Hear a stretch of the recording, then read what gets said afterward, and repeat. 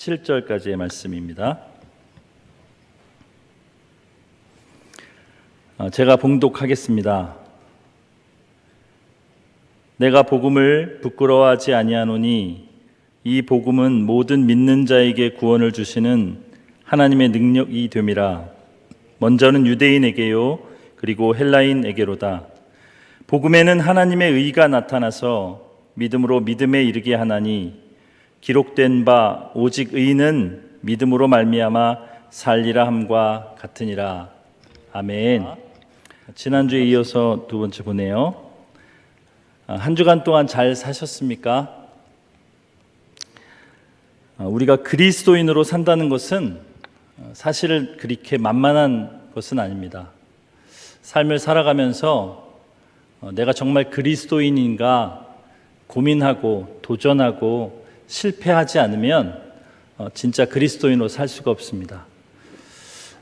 외람된 말씀이지만 그냥 교회 열심히 출석하는 것으로 저절로 그리스도인이 되어지지는 않습니다. 먼저 여러분에게 마태복음 25장에 있는 이 비유의 말씀을 설명하면서 오늘 말씀을 시작할까 합니다. 마태복음 25장에는 소위 달란트 비유라는 말씀이 나옵니다. 어떤 한 주인이 먼 타국으로 가면서 자기의 종들에게 이 달란트, 다시 말하면 재산을 맡깁니다. 그래서 한 종에게는 5달란트를, 한 종에게는 2달란트를, 한 종에게는 1달란트를 맡깁니다. 그런데 성경에 보면 이것으로 장사를 했다라고 되어 있는데, 그럼 달란트라는 것이 요즘 시대에 한 개인 자영업을 시작할 정도의 큰 돈이라는 얘기가 되겠습니다. 그렇게 해서 5달란트 받은 사람은 장사를 해서 5달란트의 이물을 남겼습니다. 그래서 10달란트의 자산가가 되었죠. 결국 주인의 재산을 불린 거죠. 2달란트 받은 사람도 장사를 해서 2달란트의 이문을 남겼습니다. 그런데 문제는 이제 1달란트 받은 사람인데, 이 사람은 혹시 내가 장사하다가 망해가지고 원금을 까먹으면 어떡할까 두려워해서 그 1달란트를 땅에 파묻어 두고 있다가 주인이 돌아온 후에 그 파묻어 둔 돈을 꺼내서 주인에게 돌려주면서 당신이 주신 돈이 여기 있습니다라고 내밀었습니다. 그때 여러분 성경을 읽어보면 아시겠지만 주인이 굉장히 노합니다. 5달란트 받은 사람이 5달란트 남겼다고 했을 때는 착하고 충성된 종이라고 칭찬하시고 2달란트도 마찬가지로 하시더니 마지막 종이 그 1달란트 돈을 땅에서 묻은 것을 가져다가 주인에게 줬을 때 주인이 굉장히 대노합니다. 그리고 악하고 게으른 종이라고 얘기합니다. 그리고 이 종이 주인에 대해서 당신은 심지 않는 데서 거두고 흩어지지 않은 데서 모으는 줄을 알았으니 내가 당신의 것을 당신에게 드립니다라고 이야기할 때 주인이 대노하면서 이렇게 얘기합니다. 그러면 이 돈을 이자 받는 사람들한테 맡겨서 나한테 이자라도 가져와야 되는 거 아니었느냐라고 하면서 이 종을 내어 쫓습니다. 이 성경의 말씀을 많은 저보다 훌륭하신 분들이시죠.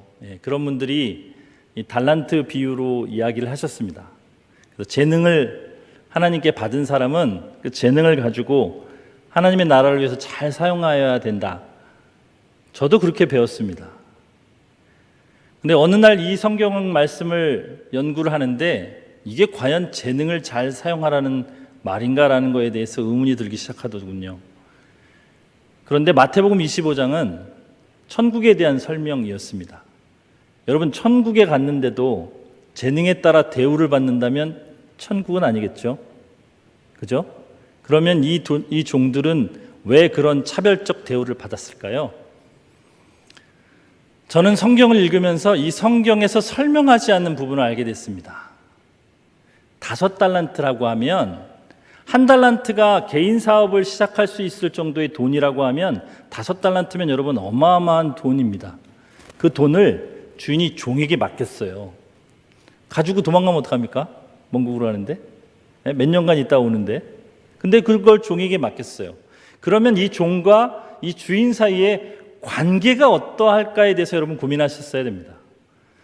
그 5달란트를 맡은 그 종과 그 주인의 관계가 어떠했을까요? 그 종이 주인에 대한 생각이 어떠했을까에 대해서 주목해야 합니다. 이 종은 주인과 인격적인 관계를 가지고 있었습니다. 말만 종이지 사실은 아들과 다름이 없었습니다. 그러고 봤더니 구약 성경에 그런 말이 있더군요. 내 집에서 종으로 일하는 자 중에 뛰어난 자, 사랑스러운 자, 성실한 자, 내가 아들 삼았으면 좋겠다고 생각하는 자를 실제로 양자로 삼아서 아들로 삼는 경우가 많았다고 합니다. 그렇다면 마태복음 25장에 이 5달란트와 2달란트 받은 사람은 그런 관계였습니다. 주님과. 그러니까 주님을 향해서, 주인을 향해서 갖는 이 종들의 태도는 주인이 나를 향하여 베풀어 주신 사랑, 그 은혜, 그 신뢰에 대해서 내가 살아가는 겁니다. 내가 도전하는 거예요. 주인이 나에게 그것을 맡겼으니 그 재산을 가지고 내가 무엇을 할까 하고 스스로 판단해서 도전하는 겁니다. 이런 질문을 할 수 있어요. 성경이 만약에 이렇게 됐으면 어떻게 했을까요? 5달란트 받은 자가 그 5달란트를 가지고 장사를 했는데 5달란트를 까먹고 오히려 5달란트 빚을 졌더라. 자, 그죠? 주인이 돌아왔어요. 그랬더니 5달란트 받은 자가 주인님 죄송합니다. 제가 장사를 하다가 5달란트 빚을 지게 됐는데 어떻게 하면 좋을까요? 이렇게 얘기했을 때 주인의 반응이 어떠했을까요?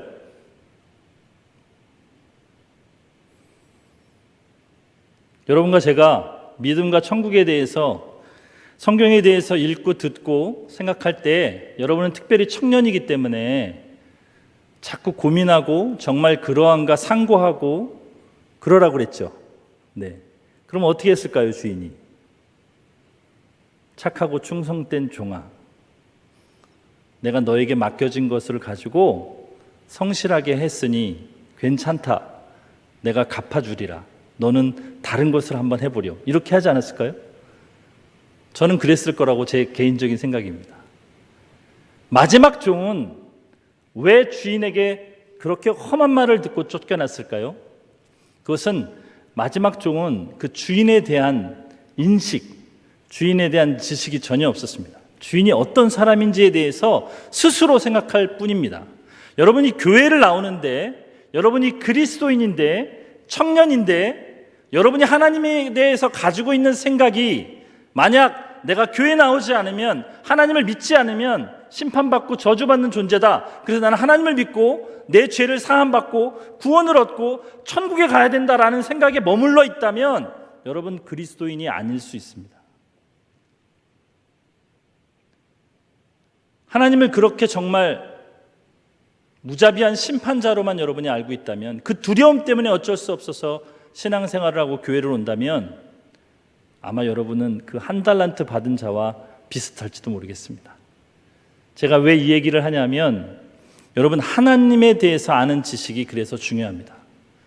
우리가 신앙생활을 한다는 것은, 하나님을 믿는다는 것은 반드시 그것을 전제가 되는 기초가 있습니다. 성경 그것을 예수 그리스도, 구원의 반석이라고 얘기합니다. 다른 말로 말하면 하나님이 어떤 분이신지, 하나님이 왜 예수 그리스도를 우리에게 보내주셨는지, 왜 예수 그리스도를 믿어야 구원을 얻는지 여러분에게 지식이 없다면 여러분은 진짜 믿는 게 아닙니다. 믿음은 들음에서 나고 들음은 그리스도의 말씀으로 말미암다는 성경의 구절은 여러분이 설교를 들으면 구원을 얻는다는 얘기가 아닙니다. 여러분이 하나님에 대해서, 그리스도에 대해서 알아야 됩니다. 안다는 것은 굉장히 중요합니다. 여기 있는 몇몇 우리 스텝 청년들이 저를 아는 것은 제 직분을 통해서 아는 것 외에는 없죠. 근데 만약에 제가 함께 우리 집에서 낳은 내 자녀들이 저를 아는 것은 여러분이 아는 것과 다르죠. 여러분과 저의 인격적 관계와 내 사랑하는 아들과 딸과의 인격적 관계는 다르겠죠. 그들이 나를 아는 지식과 여러분이 저를 아는 지식은 완전히 다르겠죠. 그러면 어떤 관계가 진짜 관계가 될까요?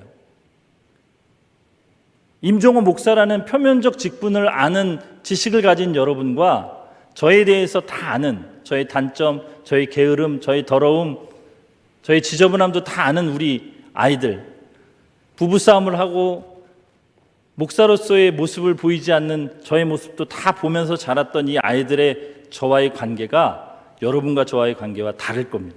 당연히 다르죠. 거기에서 신앙은 시작되는 겁니다. 거기에서 구원이 시작되는 거예요. 제가 지난주에 얘기했었잖아요. 믿음이라는 것은 우리 안에서 생기는 것이 아니고 하나님께서 우리에게 인격적인 관계를 시작하시겠다고 선언하시며 우리 안에 심겨주신 거라고요. 여러분, 그러면 하나님이 여러분과 저 안에 인격적인 관계를 하시기 위해서 믿음을 주셨다면, 그게 만약에 진짜라면, 그게 얼떨결에 나랑 비슷한 친구, 내가 좋아하는 여자, 내가 좋아하는 남자, 그리고 어떤 분위기에 휩쓸려서 부모의 강압에 의해서 교회 온 것이 아니라 정말 그 인격적 관계가 나에게 적용이 되었다면 여러분과 제 안에는 반드시 일어나야 될 것이 있는데, 그것이 무엇이냐? 하나님에 대한 갈급함입니다. 하나님이 어떤 분이신가에 대한 갈급함, 하나님이 나에게 왜 말씀하시지 않는지에 대한 궁금함, 하나님이 나를 향하여 어떤 계획을 가지고 계신가에 대한 갈급함, 날마다 그 갈급함 가운데 있어야 정상입니다. 왜냐하면 우리는 평생 살아갈 동안 하나님을 전부할 수는 없기 때문에요. 제가 오늘 청년들에게 하고 싶은 것들은, 여러분이 질문한 우리는 어떻게, 자꾸 잊어먹네요. 이거 없었네요. 우리는 어떻게 해야 하나요죠? 우리는 어떻게 해야 하나요? 두 번째 시간. 첫 번째는 믿음에 대해서, 지식에 대해서 제가 강조를 했는데, 오늘은 관계에 대해서, 공동체에 대해서 좀 이야기해 보려고 합니다. 본질로 현실을 넘다라는 부제목이 붙었습니다. 그죠? 제가 여러분에게 어떻게 해야 되나 노하우를 알려드리는 건 아닙니다.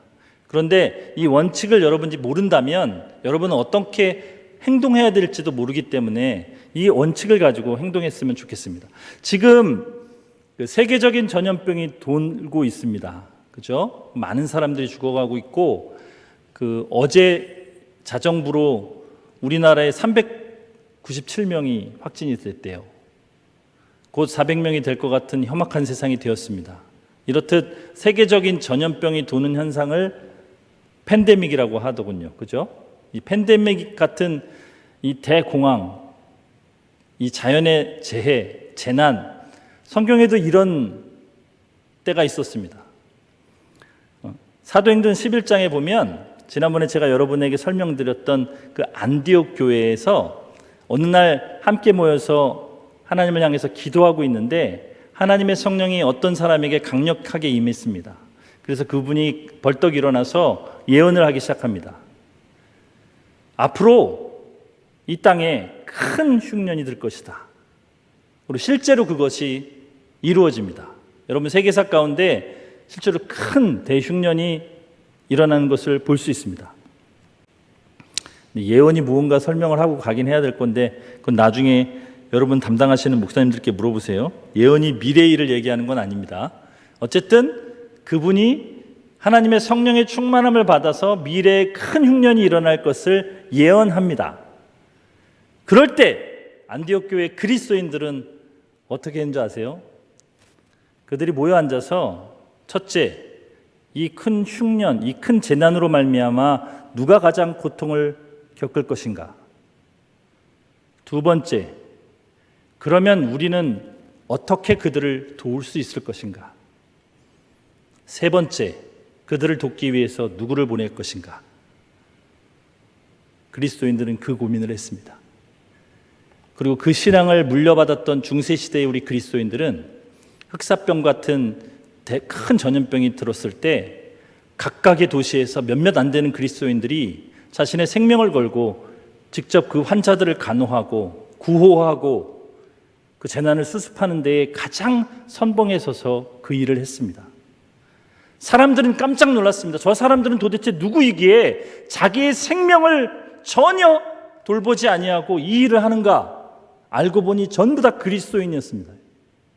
그래서 그때 세상 사람들, 하나님에 대해서 알지 못하고 예수가 누군지 알지 못하는 사람들조차도 그 그리스도인들에게 감동해서 그들이 했던 구호활동, 그들이 했던 그 재난에 대한 태도, 그것을 본받아서 만들어진 게 요즘 응급체제, 구호체제입니다, 여러분.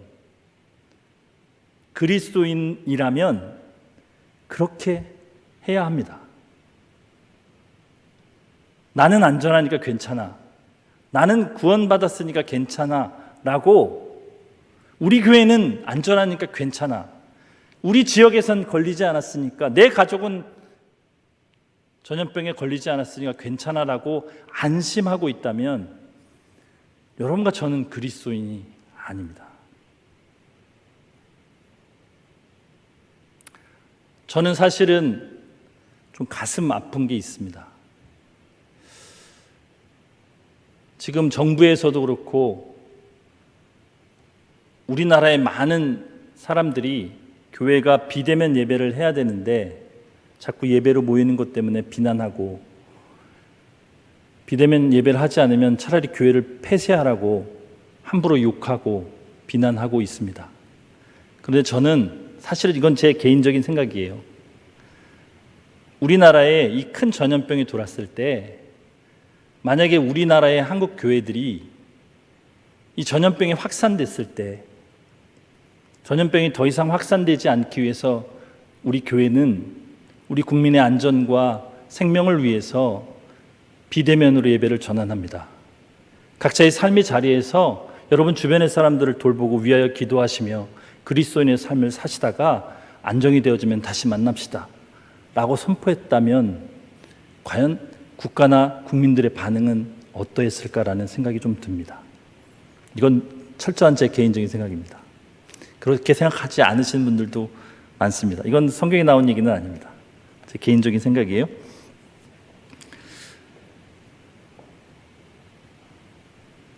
이런 팬데믹 현상뿐만이 아니라 우리나라는 또 큰 문제가 하나 더 있습니다. 그 불의에, 사회적 불의에 대한 이야기들입니다. 청년들이 우리나라를 가리켜 헬 조선이라고 한다고 하더라고요. 제가 나이 먹은지를 그때 알았습니다. 저는 그냥 그러려니 하고 어차피 평생을 그렇게 살아서 이번에도 그러려니 하고 넘어가는데, 우리 청년들은 더 그것을 힘겹게 느끼고 더 아프게 느끼고 더 고통스럽게 느끼고 있다는 사실을 알았습니다. 근데 여러분, 성경에서도 동일한 사건이 있었습니다.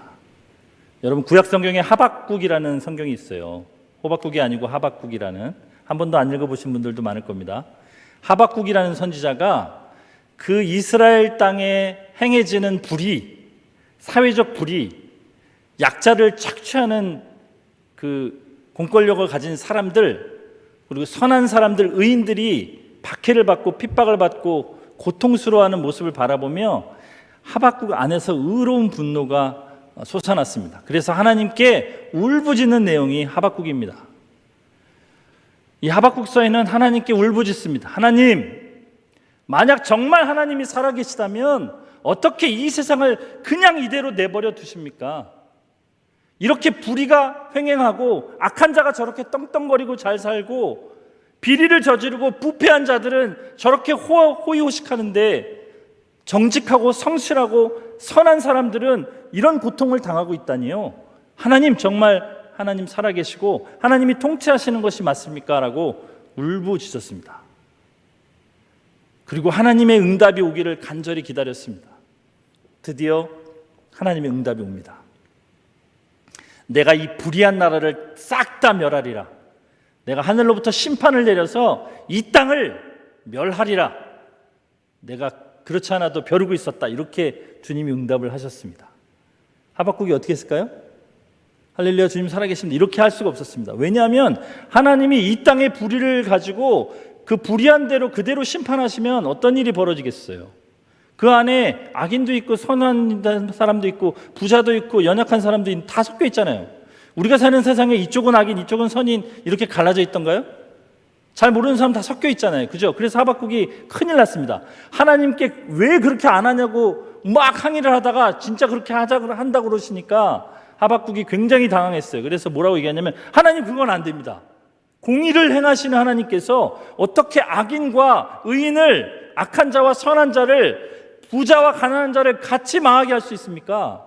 그렇게 할 수는 없습니다 라고 막 항변합니다. 그때 주님의 응답이 오늘 저와 여러분이 읽은 말씀 가운데 포함되어 있는 의인은 믿음으로 말미암아 살리라. 이렇게 다 멸하시면 의인은 어떡합니까? 의인도 같이 멸하시는 게 맞습니까? 라는 대답에, 항변에 하나님의 대답은 의인은 믿음으로 말미암아 살리라. 뭘 아멘이에요? 무슨 소리인지 알아요? 그랬더니 하박국이 갑자기 하나님을 향해서 막 호통치고 분노하던 것에서 벗어나서 이런 고백을 합니다. 여러분이 그 찬양 알잖아요. 무화과 나무 잎이 마르고 포도 열매가 없으며 감람나무 열매 그치고 논밭에 식물이 없으며 우리의 양이 없으며 외양간 송아지 없고, 그랬는데 어떻게 한다고요? 나는 여호와로 인하여서 즐거워하고 구원의 하나님을 인하여 기뻐하리로다. 이 얘기는 노숙자보다도 더한 처지가 됐는데 다시 예전의 삶으로 돌아갈 수 없는 비참한 상황이 되더라도 내 삶이, 내 인생이, 이 땅이 혹 지옥이 되더라도 난 여호와 때문에 기쁘다. 내 구원이 하나님 때문에 난 찬송하겠다. 이런 뜻입니다. 너무 반전이, 너무 비약이 심한 거 아니에요, 성경이? 그러면 결론은 의인은 믿음으로 산다라는 말에 대해서 여러분이 알아야 합니다. 믿음이 뭐라 그랬어요? 믿음이 뭐라 그랬죠? 아브라함이 하나님의 부르심을 받고 어디로 갈지 모르고 집을 떠났을 때 아브라함은 믿음이 있었다고 그랬어요? 없었다고 그랬어요? 없었죠. 근데 성경은 믿음으로 갔다고 히브리서에 선포한다고 그랬죠. 그 믿음이 뭐라 그랬어요? 네? 2층에서 졸고 계시는 우리 청년, 믿음이 뭐라 그랬어요? 저 누구예요? 사랑합니다. 푹 주무세요. 믿음이 뭐라 그랬어요? 하나님이 우리와 인격적 관계를 맺는 것이라고 했잖아요. 믿음의 시작은 여러분과 저로부터 나온 게 아니라 그랬잖아요. 믿음은 하나님으로부터 오기 시작한 거예요. 우리가 하나님을 찾은 게 아니고, 우리가 하나님에게 매달린 게 아니고 하나님이 우리에게 매달리기 시작했다고요. 하나님이 우리를 사랑하기 시작했다고요. 처음 듣는 것 같이 쳐다보는. 자, 그래서 믿음을 에베소서 8장 9절, 2장 8절 9절에 뭐라고 했다 그랬죠? 그러므로 그 은혜로 인하여 믿음으로 말미암아 구원을 얻었으니, 그죠? 지난주에 얘기했잖아요, 그죠? 이것은 너에게서 난 것이요 하나님의 선물이라. 그러므로 누구든지 자랑하지 못할지니라. 그래서 은혜로 믿음을 받게 되었다라고 했죠. 자, 지난주 복습하는 거예요. 왜 그 외국 드라마 보면 지난주 줄거리 하지 않습니까? 그 은혜가 뭐라 그랬습니까? 네? 은혜의 사전적인 뜻은 제가 한번 만들어봤어요. 이거는 뭐 제가 만든 거예요. 받을 자격이 없는 사람에게 무조건적으로 값없이 하나님께서 주시는 값진 선물을 은혜라고 합니다. 받을 자격이 없는 사람에게 무조건적으로 값없이 주시는 하나님의 값진 선물, 그것을 은혜라고 합니다. 그럼 여담으로 설교 듣고 나가면서 은혜 받았습니다 하는 말은 이런 의미에서는 틀린 말이겠죠? 그죠? 그건 단어는 똑같지만 뜻은 다른 말이에요. 그죠? 감동받았습니다, 도전이 됐습니다, 이런 뜻이겠죠? 무슨 말씀인지 아시죠? 같은 단어라고 해서 같은 뜻은 아니에요. 그러면 성경에서 말하는 은혜는 이 뜻입니다. 다시 말하면 하나님께서 다 하셨는데, 하나님께서 이미 다 해놓으신 것을 우리는 받아 누리라 하는 것이 은혜입니다. 그렇죠? 이 은혜에 의해서 믿음이 시작됐어요. 여러분과 제 안에 믿음이 시작돼야 우리가 이 얘기를 할 수 있어서 그래요. 우리가 그리스도인으로서 이야기를 한다는 것은 우리 안에 믿음이 있다는 얘기니까, 믿음이 없으면 제가 여러분에게 지금부터 할 얘기가 아무 소용이 없어서 그래요. 우리에게 이제 믿음이 생겼어요. 자, 하나님께서 우리에게 은혜로 믿음을 주셨어요. 그죠? 그래서 뭐가 시작됐어요? 인격적 관계가 시작됐어요. 하나님과 우리와 인격적 관계가 시작됐어요. 그래서 무엇이 필요해요? 인격적 관계를 맺으려면 예를 들어서 어떤 두 남녀가 서로 사귀기로 했어요. 그죠? 그러면 뭐부터 하죠? 예? 마음에 들어서 만나기로 했어요. 그럼 뭐부터 해요? 나이가 몇 살이냐? 성별이 남자입니까? 이렇게 요즘에는 성별이 남자 맞습니까? 원래 진짜부터 날 때부터 남자였습니까? 이것도 물어봐야 될 것 같아요. 그죠?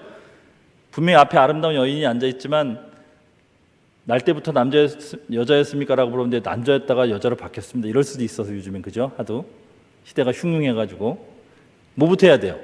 호구조사부터 하죠.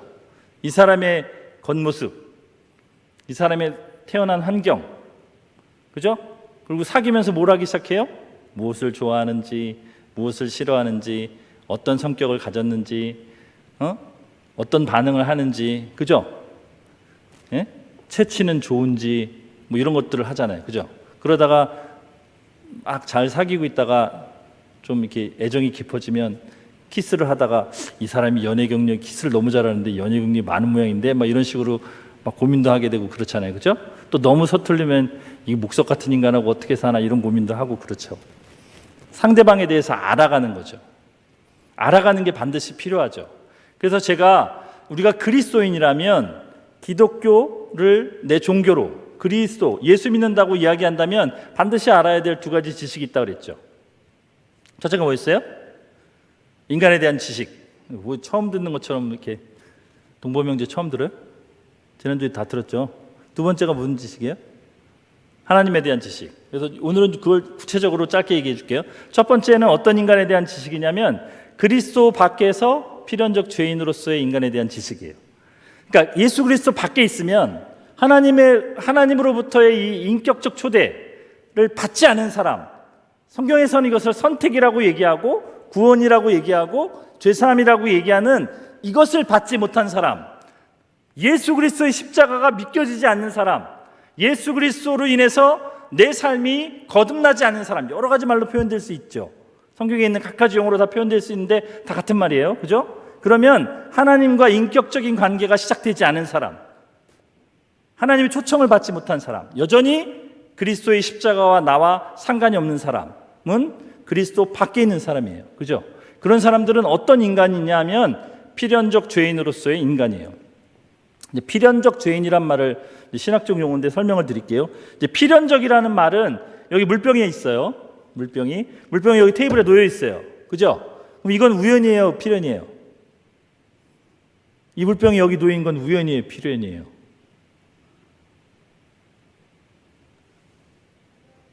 우연이죠, 그렇죠? 아, 저기 똑똑한 분이 한 분 계셔서 다행이네. 자, 우연이에요, 이거는. 이거 왜 우연이에요? 여기 놓일 수도 있고 안 놓일 수도 있는 거잖아요, 그렇죠? 이거는 정해진 운명이 아니잖아요, 그렇죠? 이거 정해진 운명이라고 그러면 이상한 분이에요, 그렇죠?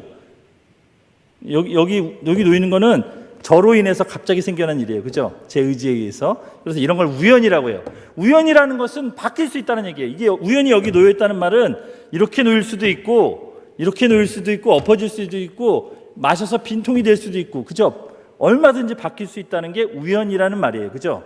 이거랑 반대되는 말이 필연이에요. 그러면 이게 필연, 이 물병이 여기에 필연적으로 있다라는 말은 어떤 말이냐면 여기에 있어요.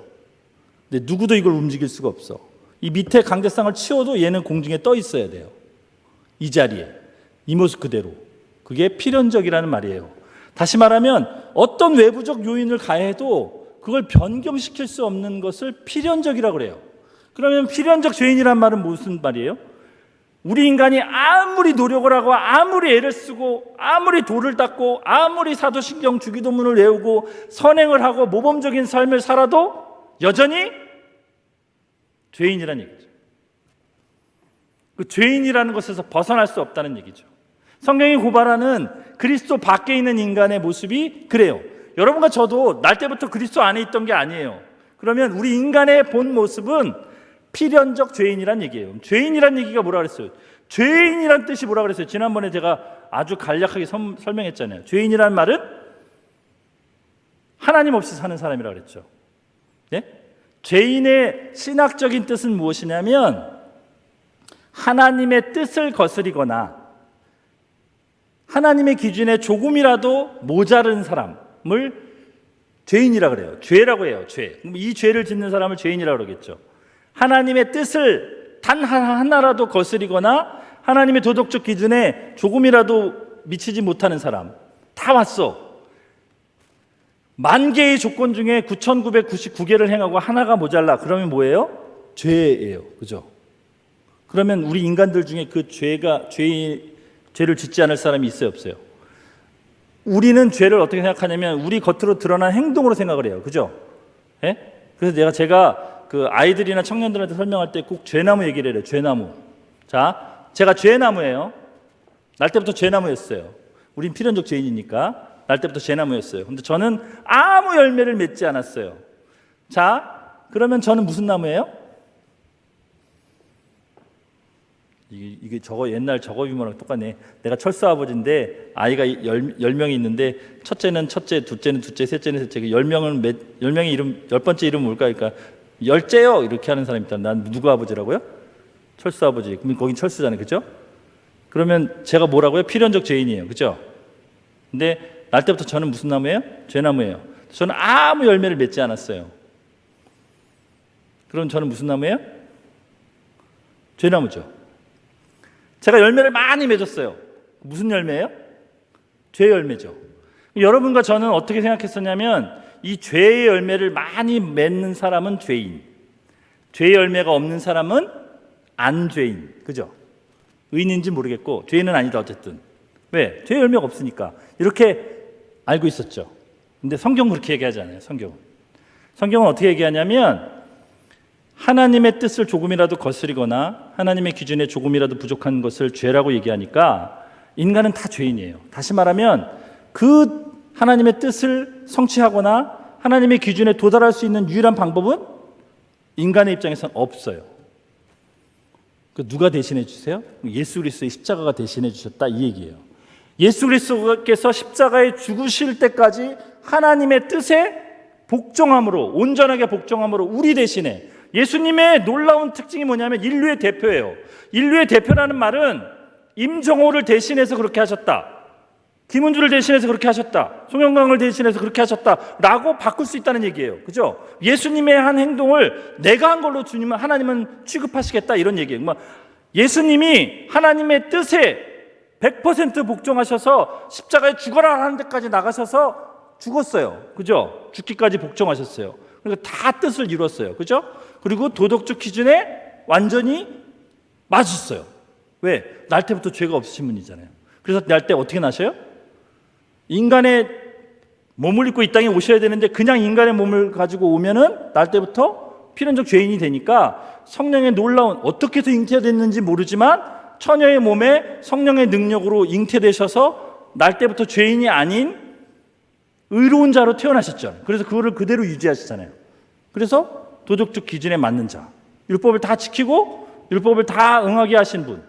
그래서 예수 그리스도께서 십자가에서 죽으심으로 우리가 가지고 있는 그동안에 지었던 죄들에 대한 모든 대가를 지불하셨잖아요. 그래서 우리가 거기로부터 벗어날 수 있었던 거예요. 그것을 그리스도 안에 있다, 구원받았다, 믿음을 가졌다, 선택을 받았다, 거듭났다 이런 얘기들을 하는 거예요. 그죠? 그런데 만약 그렇지 않다면 우리는 여전히 이곳에 있죠. 그리스도 밖에. 그러면 죄인이죠. 결코 벗어날 수 없는 죄인.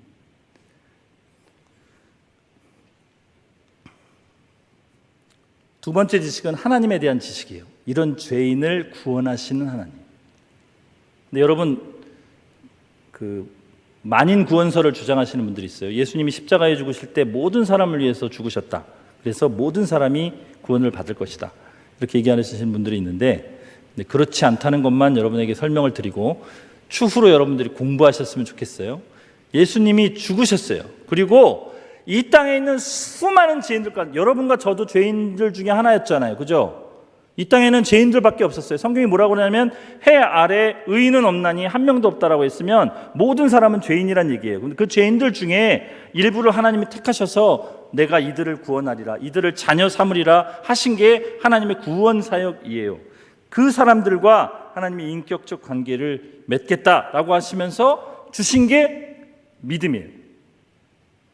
그래서 믿음은 지식이 아니고 삶을 살아가는 원리가 되는 거예요.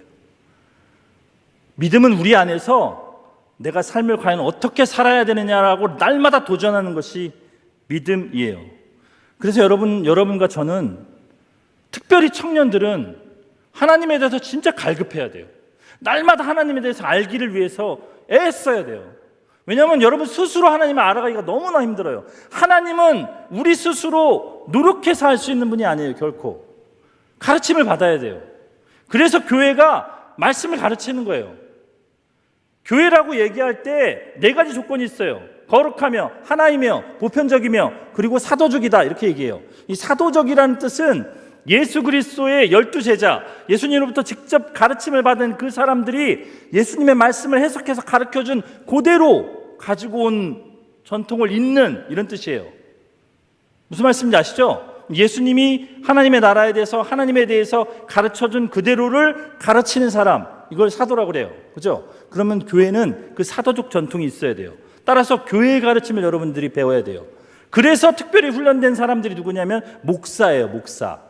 여러분들에게 교회가 가르치는 것이 무엇인지, 우리가 믿는 것이 무엇인지, 우리가 신앙생활을 어떻게 해야 되는 것인지, 하나님은 어떤 분이신지를 가르치기 위해서 특별히 훈련받은 사람들이 목사예요. 그러니까 여러분들이 누구에게 질문해야 되겠어요? 목사님을 쫄라야 돼요. 목을 조르지 말고 목사님을 조르셔야 돼요. 뭐 해달라고? 가르쳐달라고.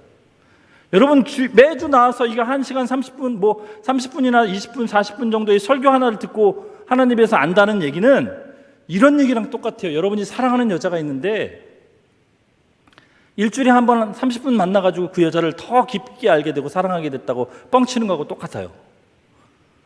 에? 평상시에 전화도 안 하고 딱 일주일에 만나서 딱 30분. 왜 한번 그럴 수 있어요? 잘 지냈어요? 어쩌고 하면 30분 지났을 텐데. 근데 여러분 그렇지 않잖아요. 교회 와서 설교 한 30분 들으면 미치고 팔짝 뛰겠죠. 에? 왜 그래요? 하나님에 대한 지식, 그 알미 여러분하고 상관이 없어. 그렇잖아요. 그러니까 여러분이 그걸 알아야 돼요. 많이 아는 자들이 많이 갈급해요. 내가 사랑하는, 전 남자니까 우리 아내를 만났을 때 사랑하잖아요. 아내도 보고 있을 텐데. 그러니까 사랑해요, 우리 아내를. 사랑하는 여자를 이제 처음에 잘 몰랐다가 교제하면서 점점 알게 되잖아요. 그럼 어떻게 돼요? 내가 또 할 수 없이 이 비밀을 얘기해야 되겠네. 우리 둘이 이제 사귀기 시작했어요. 1994년 겨울에부터 사귀기 시작했어요. 1994년.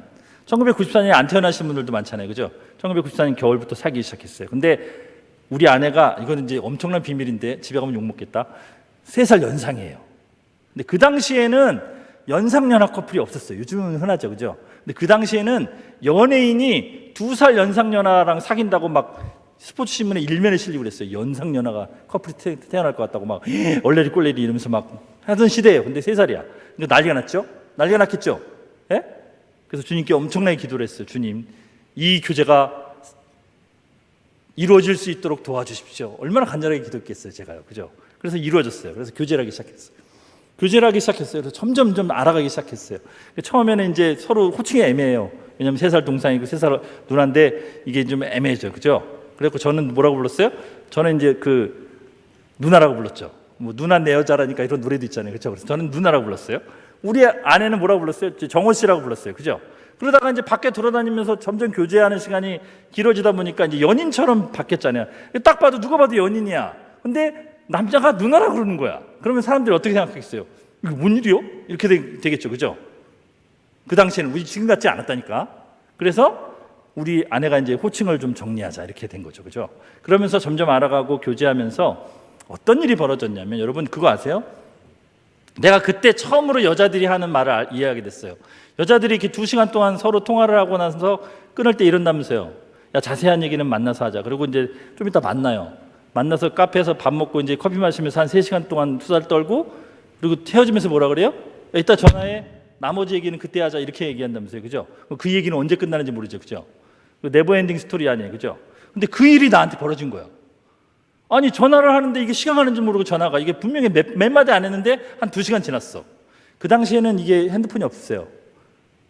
이게 다 이게 유선 전화였거든. 3분에 얼마씩 되는 유선 전화. 요금이 엄청나게 나왔겠죠. 그죠? 그래서 안 되겠어. 전화로 하니까 너무 힘들어. 그래서 이제 저녁에 만나기로 했어. 만났어. 자, 만났는데 제가 왜 결혼하게 됐냐면, 흥미진진하게 보고 계시는 분들이 있네. 설교할 때는 다른 거 얘기할 때는 흥미진진하지 않다가 이런 얘기하면 또 흥미진진해. 서로 사귀다가 이게 만나서 이제 하다가 이제 헤어져야 돼, 저녁에. 그래가지고 이제 저희 집이랑 제 아내 집이랑 한 100여 미터 떨어진 가까운 곳에 있어요. 그래서 제가 바래다 줘요. 밤길이니까. 그렇잖아요. 예? 남자가 저기 매너가 있지, 그죠? 바래다 줘요. 탁 바래다 줘. 그래서 이제 엘리베이터를 타고 딱 올라가서 내려주고 나는 와야 되잖아요, 그죠? 그래서 안녕 이렇게 얘기해야 되는데 안녕이라고 얘기하는 끊어 이렇게 얘기되는 거예요. 지금 맨날 전화 통화를 오래 해가지고 이 붙었어, 끊어 이게 얘기하는 게. 그러다가 이제 근데 못 내려. 나도 바래다 줄게 그래서 또 바래다 줘요, 나를.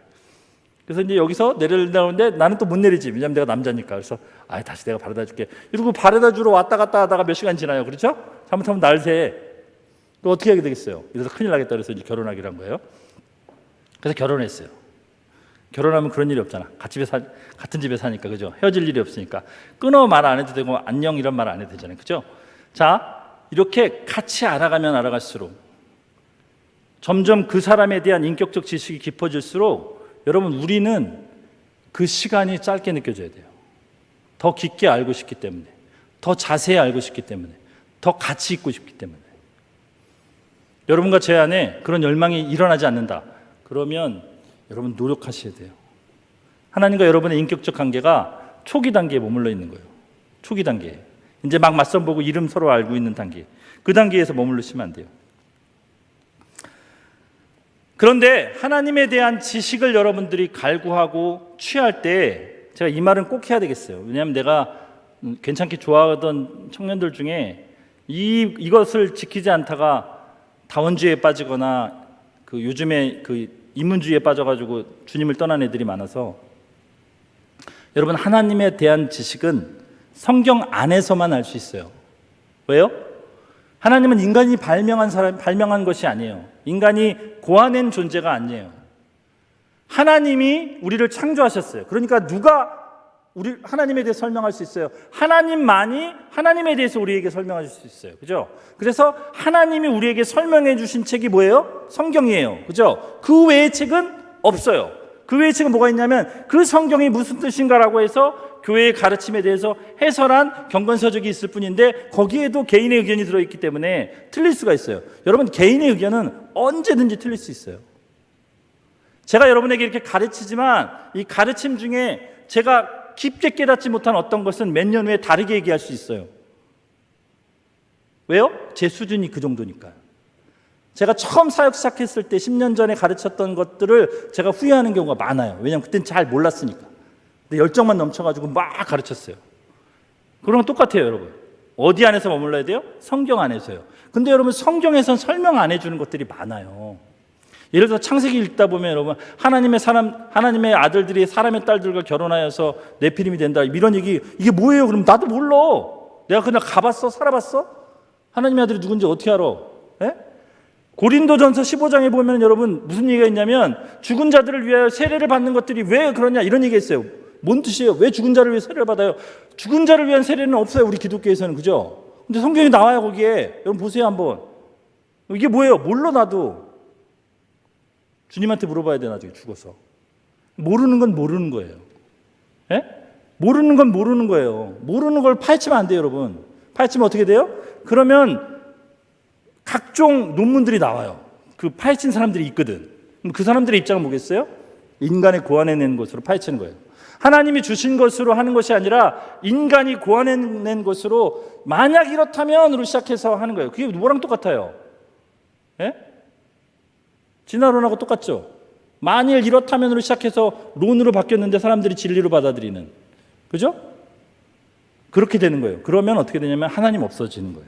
그래서 여러분 꼭 성경 안에서만 있으시면 좋겠고, 될 수 있으면 훈련받으신 분들의 지도를 받으셨으면 좋겠고, 교회가 허락한 곳에서만 교육을 받으셨으면 좋겠고, 제발 어디 가서 교육을 받는데 교회 얘기하지 말라 그러면 꼭 얘기해 주셨으면 좋겠고, 예? 혹시 가서 어디 교육을 받더라도 제발 부탁드려요. 내 사랑하는 청년들 중에 그런 사람이 있었어요. 얘기하지 말라니까 절대 얘기 안 하더라고. 왜 그런 말은 그렇게 잘 듣는지 몰라. 그래서 신천지 교육을 좀 받던 친구도 있었어요. 절대 그러지 마세요. 자, 그러면 제가 이제 본론을 얘기할게요. 서론을 얘기하다가 너무 시간이 많이 갔네. 자, 본론을 이제 얘기합니다. 우리는 왜 교회로 모이는 것일까요? 우리는 왜 교회로 모이는 것일까요? 여러분 왜 교회로 모여요?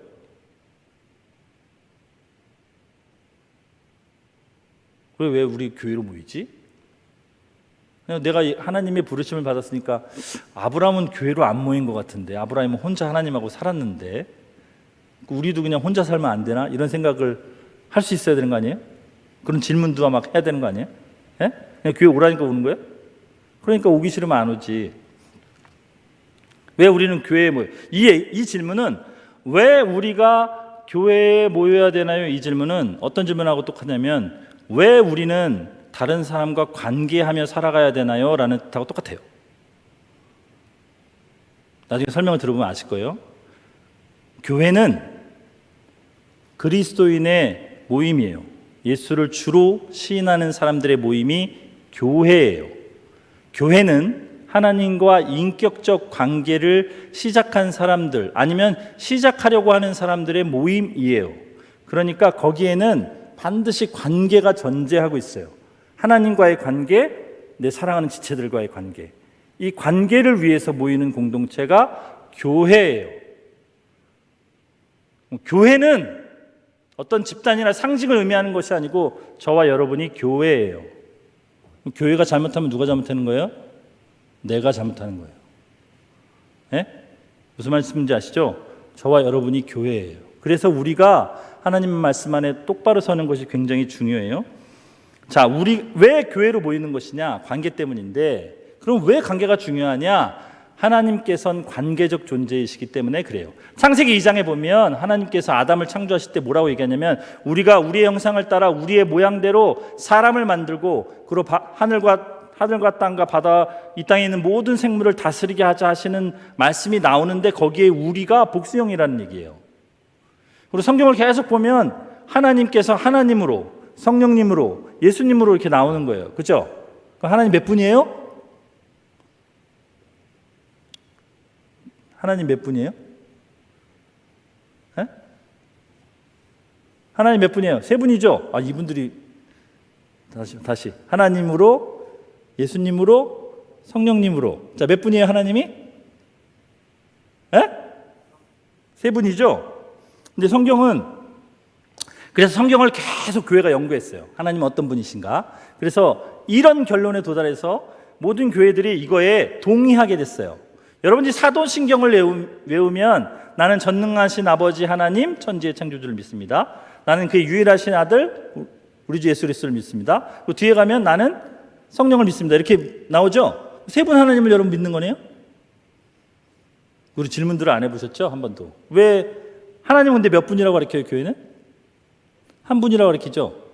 들으라 이스라엘, 하나님은 한 분이시니 우리가 하나님이라고 부를 수 있는 유일한 분은 한 분 하나님이시다, 이렇게 가르치잖아요. 교회는 어떻게 했겠어요, 그러면? 자, 지식은 어디로부터 얻는다 그랬어요?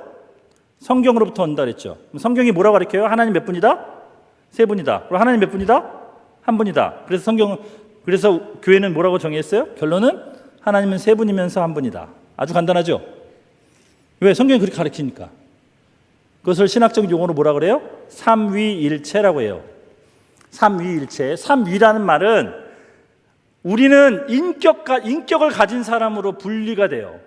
제가 인격이 있기 때문에 제가 독립된 한 개체예요. 그렇죠? 형제 자매가 둘이 같이 붙여놓는다고 해서 한 사람이 아니죠. 그죠? 아무리 갖춰놓고 뭘 해도 만약에 진짜 말 그대로 물건처럼 갈아서 섞어놓는다 그래도 이분들은 섞일 수가 없어요. 그죠? 왜? 인격이기 때문에. 그래서 세 분 하나님, 삼위란 얘기는 신격, 왜냐하면 인격은 아니시니까, 인간이 아니시니까, 신이시니까 독립된 신으로서의 섞일 수 없고 구분할 수 없고 분리될 수 없는 그 신으로서의 분이 몇 분이다? 세 분이다, 이런 뜻이에요. 그리고 일체라는 말은 그 세 분이 유일한 하나님 한 분이시다, 이런 뜻이에요. 수학적으로 얘기하면 3은 1이고 1은 3이다. 자, 이해가 되시죠? 제가 설명 잘했어요? 이해가 되신다고 꼭 고개를 끄덕끄덕 하시는 분이 계시는데, 이 이해가 되면은 좀 이렇게 정신문제연구소 이런 데 가서 좀 진단을 좀 받으셔야 돼요. 이해가 돼요, 안 돼요? 안 되죠. 이해가 안 되죠. 어떻게 세 분이 한 분이에요? 말이 돼? 말이 안 되죠. 말이 안 돼요. 말이 안 된다고 생각해야지 정상이에요. 말이 안 돼. 근데 누가 그렇게 가르쳐요? 성경이. 그래서 어떻게 해요? 받아들이는 거예요. 봐보세요. 내가 사랑하는 연인이 있어요. 이분들이 참 사랑하는 연인이랑 비교를 해야지 알아듣네. 사랑하는 연인이 있어요. 근데 이 여인이 너무 아름다워요. 에? 똥도 안 쌀 것 같아. 맨날 이슬만 먹고 살 것 같아. 근데 어느 날 이 여인이 방구를 꼈어요. 방구를. 뭘 꼈다고요? 방구 꼈는데 냄새가 아주 지독해. 그래서 물어봤어요. 아니 이게 어디서 나는 냄새죠? 그랬더니 이 여인이 제가 방구를 꼈는데요. 근데 이 남자가 너무 사랑하니까 안 믿어. 농담을 그렇게 심한 농담을 하시. 여기 어디 하수가 뚫렸나? 이렇게 반응하면 됩니까 안 됩니까? 안 되죠. 왜요? 객관적 사실이 여기 앞에 있는데 내가 이해를 못한다고 해도 내 감정이 용납을 못한다고 할지라도 사실을 받아들여야죠. 그죠? 그래야 사랑이 인격적 관계가 이어질 수 있어요. 만약에 이 남자가 계속해서 그런 반응을 보이면 이 여자는 뭘 선언할까요? 절교를 선언하죠. 왜? 나는 방구를 안 낄 수가 없거든. 내 방구는 항상 냄새가 나는데 결혼해서 내 방구 꼈다고 이혼 사유가 되면 어떡해? 그죠? 나를 나로 인정하지 않는 남자는 소용이 없죠. 여러분 그래서 사귀는 거예요. 청년들이니까 얘기해요. 제가 막 결혼 예비학회도 막 섞어서 하네. 여러분 연애를 한다는 것은 서로 교제를 한다는 것은요. 여러분의 감정에 휘발유를 뿌려가지고 이게 불타오르게 해서 하루는 손을 잡고 하루는 껴안고 하루는 키스를 하고 스킨십이 점점 진해지라고 교제를 하는 게 아니에요. 이 사람이 나와 한평생 같이 할 수 있는 동반자가 맞는가? 그것을 알아보는 단계예요. 그러면 어떻게 해야 되냐면 서로에 대해서 점점 알아가야 돼요. 그러면 거기에는 친밀감이 계속 솟아올라요. 서로 교제하고 알아가다 보면 친밀감이 솟아올라요. 내가 모르던 것을 계속 알면 알수록 신기해요. 그 사람에 대한 애정이 계속 싹트요. 그러다 보면 자연스럽게 손이 잡혀지고 자연스럽게 포옹을 해요. 안아주는데 그 전에 어떤 남자가 나를 이렇게 안으면 어떻게 돼요? 112로 전화를 해서 여보세요, 이 사람이 나를 성추행했어. 그리고 막 울고불고 난리치는데 이 사람이 나를 알아주면 행복해지죠. 그게 연애잖아요. 그죠? 그래서 친밀감이 올라갈수록 스킨십이 거기에 비해서 올라가야 돼요. 근데 여러분 요즘 청년들에게 내가 참 유감스러운 것은 무엇이냐면 만난 지 하루 이틀 됐는데 갑자기 손을 잡고 이틀째 껴안고 3일째 뽀뽀해. 이게 뭐예요 이게? 짐승이에요? 예? 왜 내가 이 얘기를 하냐면 청년들이 만약에 연애를 할 때 여러분 스킨십을 굉장히 조심해야 되는 건 뭐냐면 스킨십은 우리 육체에 남아요. 육체에 흔적이 남는다고요. 평생 안 지워져요. 아세요? 평생 안 지워진다고. 여러분이 실수하거나 죄를 짓는 다른 것들은 지워지는데 육체에 지는 이 음란한 죄, 성적인 죄들은 여러분의 육체에 흔적이 남아있어요. 겉으로 남아있다는 게 아니라 여러분 육체에 계속 반응으로 올라온다고요. 평생을 여러분을 괴롭혀요. 그 죄책감에서 벗어나기가 굉장히 어려워요. 근데 친밀감도 없는데 스킨십이 먼저 갔다? 그래서 헤어지게 됐다. 그럼 그 다음 뒤처리 누가 합니까?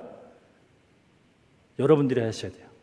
그 고통으로. 그럼 그 고통으로 그 렌즈를 끼고 다른 사람을 보니까 정말 괜찮은 신실한 사람이 나타나도 그 렌즈를 끼고 보면 이 사람은 악마가 되고 짐승이 되는 거예요. 예? 그래서 어떤 자매는 한번 그런 육체적 관계를 맺고 버림을 받았는데 버림받은 게 너무 상처를 입으니까 다른 남자를 찾고 다른 남자를 찾고 다른 남자. 이분이 신실한 그리스도인인데 이쪽엔 그리스도인인데 이쪽은 그런 삶을 살아요. 이렇게 된다고요, 여러분. 왜냐하면 청년이니까.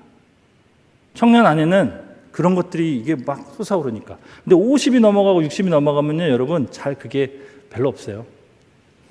네. 우리 아내랑 옛날에는 제 아침에 나올 때 갔다 올게 뽀뽀하고 저녁에 올 때 갔다 와서 안아주고 뽀뽀하고 보고 싶었어 맨날 그러다가 요즘에는 한 보름에 한 번 뽀뽀를 할똥말똥.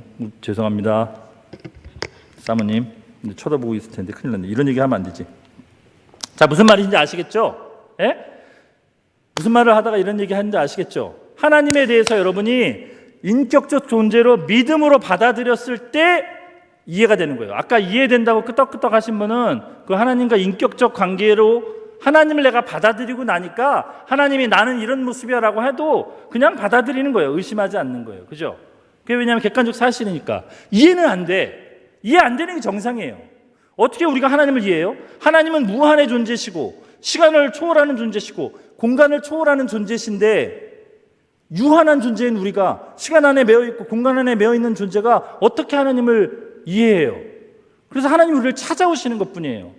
그래서 뭐 시간을 뚫고 이런 찬양도 있잖아요, 그죠? 당신은 시간을 뚫고, 왜냐하면 하나님이 우리가 있는 곳으로 찾아오셔야 되는 거예요. 하나님은 시간 밖에 계시는 분이니까, 시간 전체를, 과거와 현재, 미래를 지금처럼 보고 계시는 분이니까 우리를 만나주시기로 해서 일부러 오시는 거예요. 그래서 그게 감격이라는 거예요. 그게 감격. 십자가의 사건이 2000년 전에 일어난 역사적 사건인데, 그것이 왜 2000년 창조세부터 종말까지 다 적용이 되냐면, 저 사건은 시간에 구애되는 사건이 아니라 영적 사건이기 때문에 그래요. 그래서 저 십자가의 사건은 우리 모두에게 통용이 되는 사건이에요. 그래서 이렇게 받아들여야 돼요. 삼위일체. 자, 하나님이 삼위일체, 세 분인데 한 분이에요. 이게 독특하죠, 그죠? 왜 그러냐면 하나님은 관계예요. 이 세 분이, 신학자들이 성경을 계속 읽고 연구하다 보니까 어떤 걸 발견했냐면, 이 세 분이 어떤 관계를 가지고 있느냐 했더니, 하나님 아버지는 예수님과 성령님을 향해서 자신의 모든 것을 내어줄 정도로 섬기고 그분들을 보호하고 그분들이 뭔가를 할 수 있도록 해주시는 분이에요. 아들 예수님은 아버지 하나님을 위해서 자기 모든 걸 바쳐 복종하는 분이에요. 성령 하나님은 아버지 하나님과 아들 예수님을 향하여 그들이 원하는 뜻이라면 자신의 모든 걸 던져서 섬기는 분이에요. 이게 관계예요, 관계. 세 분이 그런 관계로 똘똘 뭉쳐 있어요. 하나님이 그래서 우리 사람을 창조하실 때 어떻게 창조하셨냐면 남자와 여자로 창조하셨어요. 여러분 기억하세요? 사람이 남자만 창조하셨어요? 남자와 여자로 창조하셨죠. 하나님이 남자만 창조하셨다 이렇게 사람이 이렇게 얘기하지 않으시고 남자와 여자를 창조하셨다 이렇게 얘기하셨어요. 그리고 더 결정적인 게 있어요. 뒤에 가다 보면 남자가 부모를 떠나 여자와 합하여 맨몸이 됐다고요? 자, 인격체 두 명이 합치면 맨몸이 돼요? 두 몸이 되지, 두 몸. 근데 성경은 맨몸이라고 그래요? 한 몸이라고 그러죠. 그 이위일체 아니에요, 우리가 그러면. 부부는 이위일체야, 그러니까. 그래서 우리 지금 반쪽을 내가 우리 집에 놓고 왔잖아요, 반쪽이. 지금 반쪽이 여기 없어서 허전해요. 한 목사님도 지금 허전하실 거예요, 그죠? 예? 우리 열매들도 있잖아요, 그죠? 주렁주렁. 자녀들. 허전해요, 우리는. 항상 허전해. 그래서 집에 가야지만 편안해져요. 왜냐하면 한 몸이 드디어 합체가 되니까. 무슨 말씀인지 아시죠? 그게 결혼의 신비예요, 결혼의. 부부는요, 여러분, 부부라는 존재, 부부라는 형태 안에 하나님의 존재가 거기에 비유적으로 들어있어요. 그래서 부부가 서로를 알아가고 서로를 위해 헌신하고 섬기고 하나님답게 살아갈 때 진짜 부부처럼 행복하게 살 수 있어요. 근데 그게 무너질수록 각자가 돼, 두 몸이 돼. 그러면 비참해지는 거예요. 그게 결혼의 신비예요. 자, 하나님께서 그렇게 우리를 만드셨어요. 그래서 성경에 아담이 독처하는 것이 보기 좋지 않다. 아담이 혼자 있는 게 하나님이 좋지 않다고 얘기하시면서 여자를 만드시죠. 그래서 관계가 굉장히 중요해요. 공동체, 우리가 교회로 모이는 이유는 관계 때문이다 이렇게 얘기했어요. 그러면 자, 관계에서 중요한 게 뭐냐? 사람은 태어나는 순간부터 관계를 벗어나 살 수가 없어요. 그죠? 태어나는 순간 우리는 가만히 내버려 두면 죽어요. 아무것도 할 수 없는. 인간은 신기해. 동물들은 가만히 내버려둬도 산대요, 스스로. 그죠? 스스로 일어나서 먹을 걸 찾아서 본능적으로 살아남는데, 근데 유일하게 인간만은 태어난 애를 그냥 놔두면 죽어요. 얘는 아무것도 못해. 먹는 것도 혼자 못하고 뭐 아무것도 못해. 그냥 숨만 쉴 뿐이야. 그러다 죽어요. 배고파 죽어 그냥. 예? 추위에도 약하고 더위에도 약하고 외부 공격에도 막을 수도 없고, 이 살까지 이게 뭐 아무것도 안 돼요. 동물들처럼 뭐 보온이 되냐 보냉이 되냐 뭐 아무것도 안 돼요. 그죠? 누군가의 보살핌이 있어야지만 살아남을 수 있어요. 그게 관계예요, 여러분. 여러분과 저는 태어날 때부터 관계적 존재로 태어났어요. 그래서 여러분, 우리가 가장 상처받는 게 관계에서 받는 상처예요. 지금 관계에서 굉장히 중요한 게 있어요. 여담으로, 그래서 여러분 성격 검사를 좀 해보면 좋아요. 우리 청년들이 나중에 2부 순서로 뭐 MBTI나 애니어그램 같은 걸 해서 내 성격이 어떤지, 저 사람의 성격이 어떤지를 좀 알면 서로 이해가 돼요. 예를 들어서 저도 찬양인도를 고등학교 졸업할 때부터 여태까지 계속 했는데, 우리 찬양인도 하는 팀들이 MBTI를 한번 했어요. 인도자가 몇 명 있거든. MBTI를 했는데 성격이 나왔어요. 그래가지고 성격대로 앉으라 그래서 성격대로 앉았는데, 야, 진짜 신기하더라고. 저쪽 팀 찬양 인도자는 콘티가 없어, 콘티가. 이 친구는 콘티를 짜는 것은 하나님에 대한 불경건이라고 생각해. 그래서 어떻게 이 사람은 콘티를 짜냐면, 찬양을 첫 곡만 딱 정해. 첫 곡만. 말씀 앞에서 저걸 딱 정했어. 여러분, 우리가 이 은혜를 받기로 하면 말씀 앞에서 막 찬양하다 보면 그 다음 곡이 떠올라야 돼. 안 떠올라? 그럼 하루 종일 불러, 그거를. 이 친구는 그런 친구예요. 콘티를 짜는 것 자체가 하나님께 불경건. 근데 이 반대쪽에 있는 이 성향의 사람들은, 저 미친놈 아니야 저거? 하나님 우리에게 이성을 주셨는데 콘티를 쫙 예배 순서를 정확히 쳐서 하나님께 올려드려. 저거 정신 나간 놈이네. 그래갖고 둘이 막 싸워요. 이 친구들은 어떻게 하냐면 콘티를 짜. 콘티를 짜는데 어떻게 짜냐면, 아까 뭐 그렇게 하더만, 지난번 보니까 여기 앞부분 두 절은 두 번 반복하고 세 번 쪽에 짜잔하고 드럼하고 뭐하고 잠깐 쉬었다가 뭐 몇 박자 쉬었다가 같이 들어가고 여기서 뭐가 뛰어들어오고 쫙 해갖고 연습을 그대로 해요. 그대로 해야 돼요. 이분들은 중간에 뭔 일이 일어나면 큰일 나요. 중간에 있는 사람들 있죠, 저 같은 사람들. 예? 이래도 흥 저래도 흥 하는 사람들. 콘티는 짜긴 짜는데 대충 짜가지고 이게 짠 건지 안 짠 건지 잘 모르는 사람들. 연습할 때 분명히 3번 하고 넘어간다 그랬는데 막 5번 하기도 하고 2번 하고 넘어가기도 하고 안 하기로 한 것도 막 하기로 하고 막, 그래서 반주자들이 막 힘들어하는, 그죠? 근데 그런 사람들끼리 모아놓으니까 진짜 마음이 편안한 거예요. 내 주변에 나 같은 사람들만 모여 있어. 말이 너무 잘 통해. 이거, 야, 세상에 이런 사람이 있구나. 그리고 우리가 단체적으로 저쪽 사람들 보고 막 욕을 해요. 저런 인간 같은 것들, 저쪽 보면 저런 신령한 것들 막 이러면서 욕을 해요. 무슨 말인지 아시죠? MBTI나 애니어그램 한번 해보세요, 청년들. 그러면 서로를 이해하는 데 도움이 돼요. 이해를 왜 해야 하는 게 도움이 돼요? 관계를 해야 되기 때문에. 그전엔 왜 저 친구가 저런 행동을 했는지 이해를 못했어. 그래서 서로 싸웠어. 근데 그걸 하고 나니까 이해가 되는 거야. 아, 너 참 피지. 지각을 하는 사람이 있어요. 맨날 지각을 해. 5분 딱 지각도 2분, 5분, 4분 막 이렇게 지각을 해. 야, 넌 좀 5분만 일찍 오면 안 되냐? 근데 그 친구가 P야, 성향이. 그 다음부터는 딱 5분 지각했는데, P 괜찮아? 오세요. 오신 것만 해도 어디냐? 이렇게 얘기해야 되고, 광고를 아무리 해도 광고를 또 물어보시는 분들이 있어요. 그분도 약간 P야. 왜 나 P에 대해서 욕하지? 제가 제이라서 그래요. 죄송해요. 우리 집에 있는 분들이 P들이 많아가지고 맺혔나 보다. 그리고 두 번째, 그 사랑의 5가지 언어라는 책이 있어요.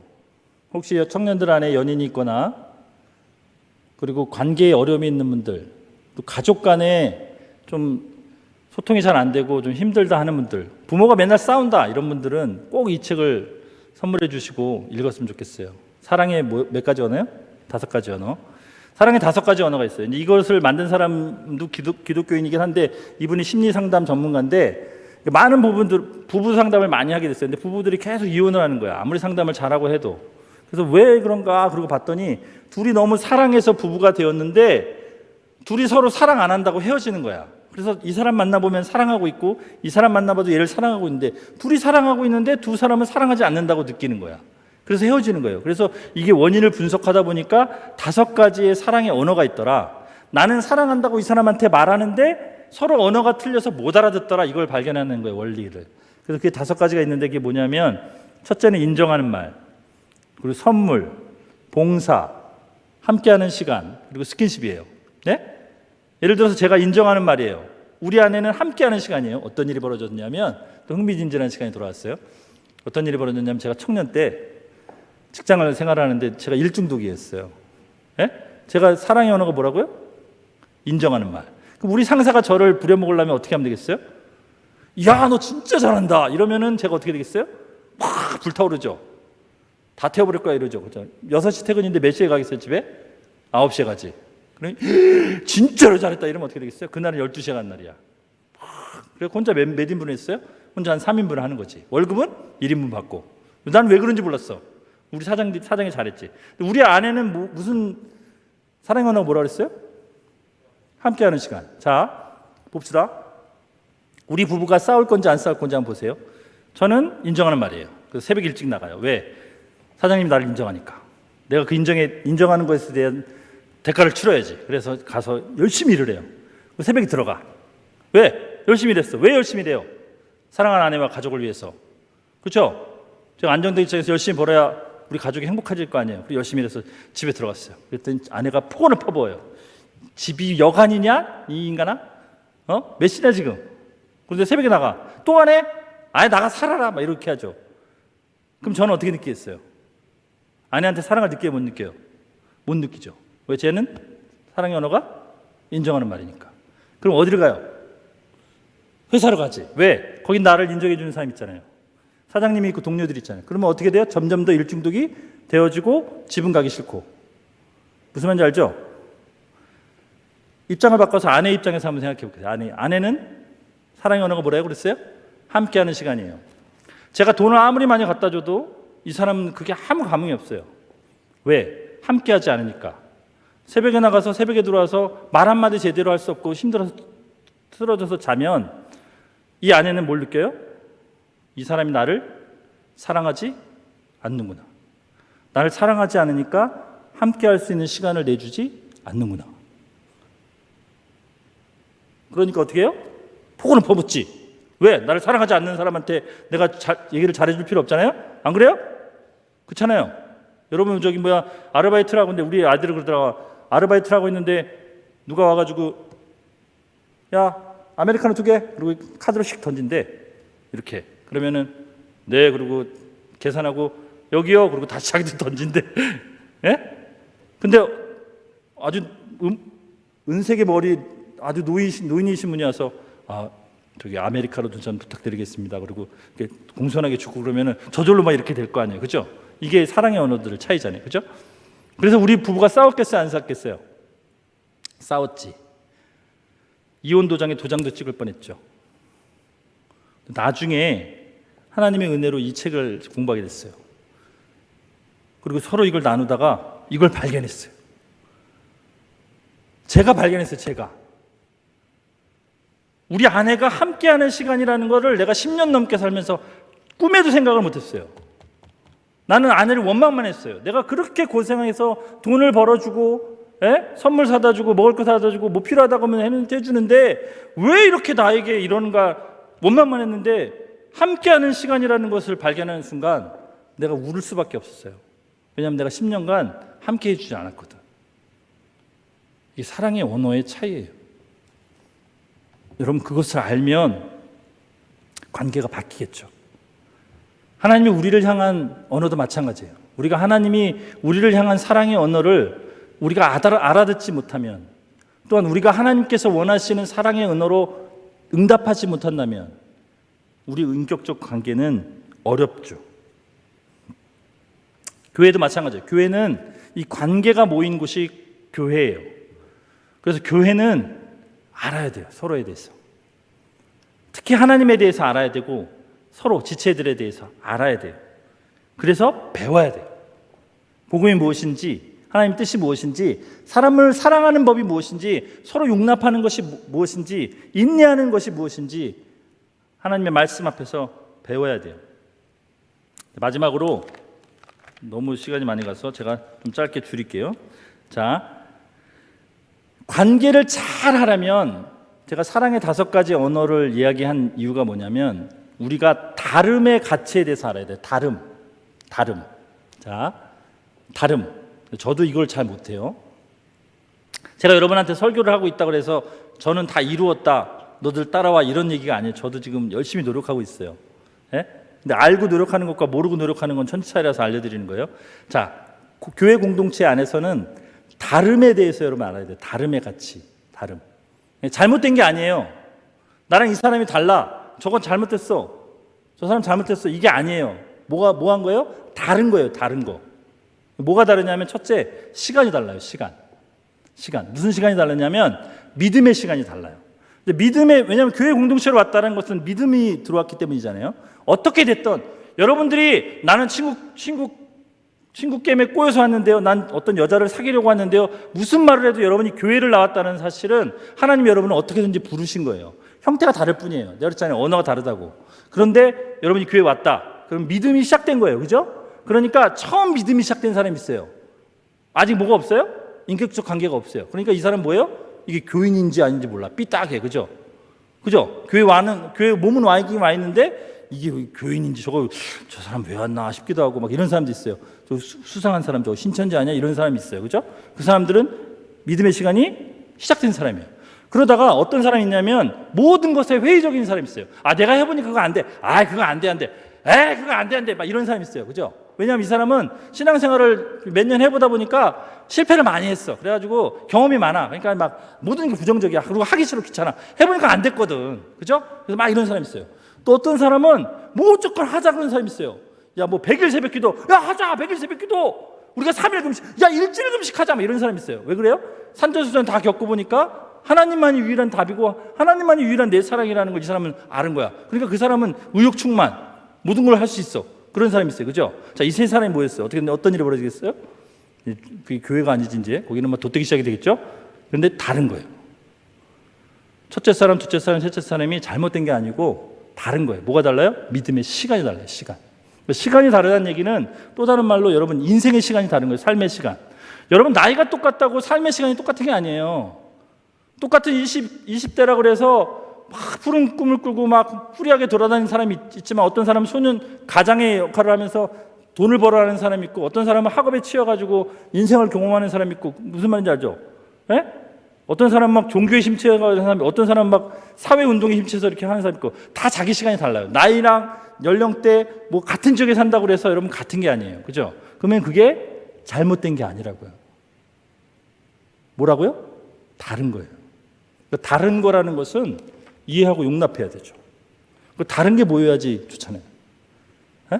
색이 여러 개가 같이 있어야 예쁘잖아요. 한 색깔만 있으면 여기 회색만 있다고 생각해 보세요. 난리 나겠죠, 그죠? 달라요. 두 번째는 뭐가 다르냐면 능력이 달라요. 능력이. 여러분 하재희 목사님 그 잘하시는 게 뭔지 알아요? 율동이에요. 난 저분이 처음 율동하는 거 보고 내가요 저기 쇼크사 할 뻔했어요. 어떻게 저 몸이 저렇게 유연하게 저런 각종 다양한 모습을 표현해낼지. 저는 그냥 막대기예요. 누가 얘기하는데 춤을 춰보라 그랬더니 막대기에서 위에서 공이 하나가 왔다 갔다 하는 것 같대. 그래서 그게 정확한 저의 모습이에요. 자, 그러면 춤추는 입장에서 보면 저는 쓸모 있어요, 없어요? 없죠. 쓸모가 없어요. 쓸모가 없어요. 예? 근데 이제 컴퓨터를 막 다룬다. 이러면은 사실은 하재희 목사님보다 제가 조금 더 쓸모가 있어요. 그쪽 입장에서 보면은 제가 더 나아요. 그러면 어떻게 되겠어요? 봐봐요. 능력이 다른 거죠. 은사가 다른 거예요. 여러분 교회 안에 있으면 어떤 일이 벌어지냐면 교회에 필요한 은사가 있어요. 뭐 찬양하는 거, 말씀을 전하는 거, 뭐 공부 잘하는 거, 뭐 그러니까 교회에 필요한 것들이 있어요. 그러면 교회에 필요한 은사를 가진 사람들은 돋보여요. 그죠? 근데 그렇지 않은 사람들은 은사를 가지고 있어도 돋보이지 않아요. 주죽은 듯이 있다가 가야 돼요. 왜? 자기는 필요가 없는 것 같이 느껴져요. 그죠? 쓸모없는 존재같이 느껴져요. 그러나 그렇지 않아요, 여러분. 여러분 인생을 살면서 교회에 얼마나 있어요? 일주일에 살면서 교회에 있는 시간이 많아요? 세상에 있는 시간이 많아요? 세상에 있는 시간이 훨씬 더 많죠? 그러면 여러분의 은사가 어디에 더 많이 적용돼야 돼요? 세상에서 적용이 돼야 되죠.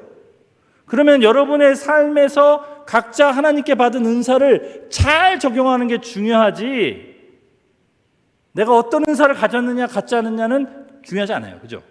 내가 가진 능력으로 어떻게 잘 그것을 삶에 적용하며 사는 것인가가 중요하지 어떤 능력을 가져갔느냐가 중요하지 않다고요. 그래서 쓸모 있는 사람도 없고 쓸모 없는 사람도 없고 다른 거예요.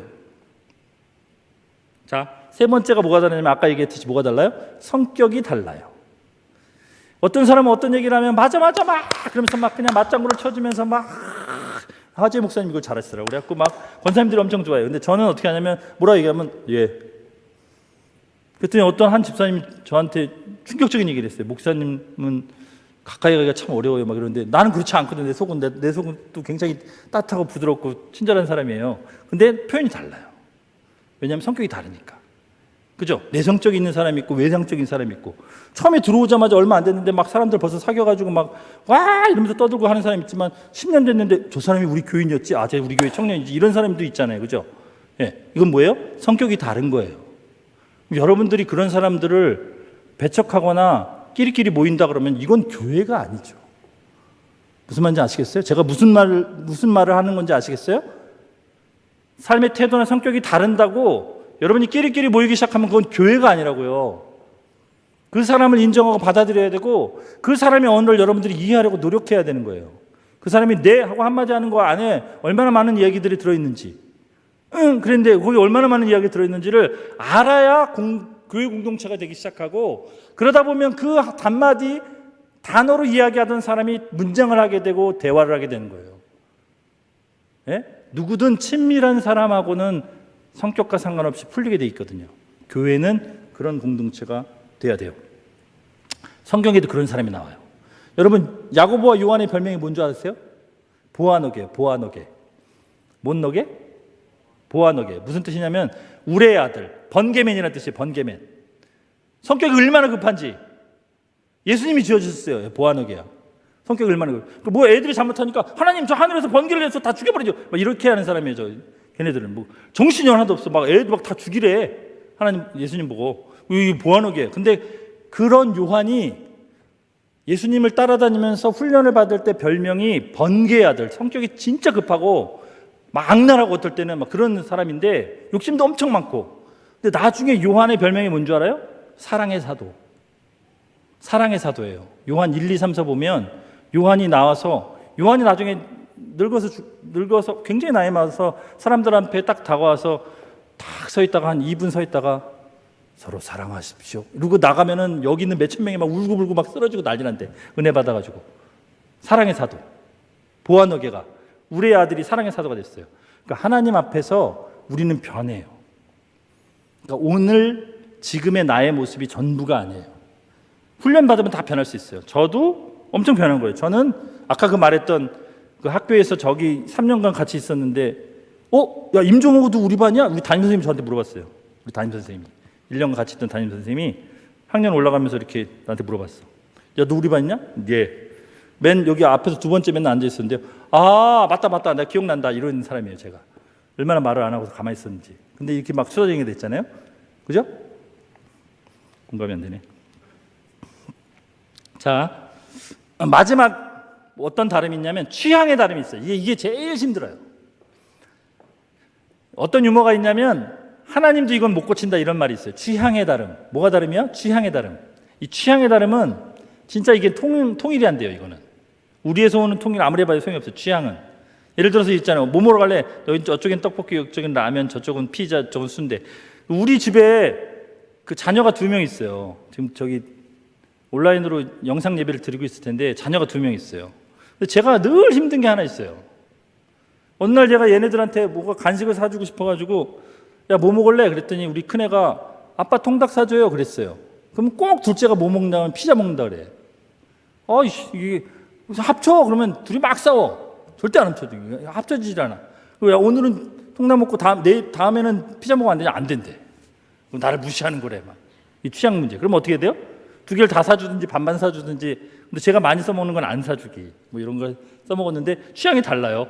예? 취향이 다르다고요. 합쳐지지가 않아 잘. 요즘 벌써 20년이 지났는데도 잘 안 하죠. 요즘도 잘 안. 요즘도 맨날 그래요. 나는 피자 그럼 어느 날 갑자기 큰애가 아빠 나 피자 먹고 싶어요. 그러면 둘째가 그러면 나도 피자 이래야 되는 거 아니에요. 그죠? 왜냐하면 지난번에 통닭이라 할 때 피자를 주장했으니까. 그럼 또 그때는 또 지는 통닭이래.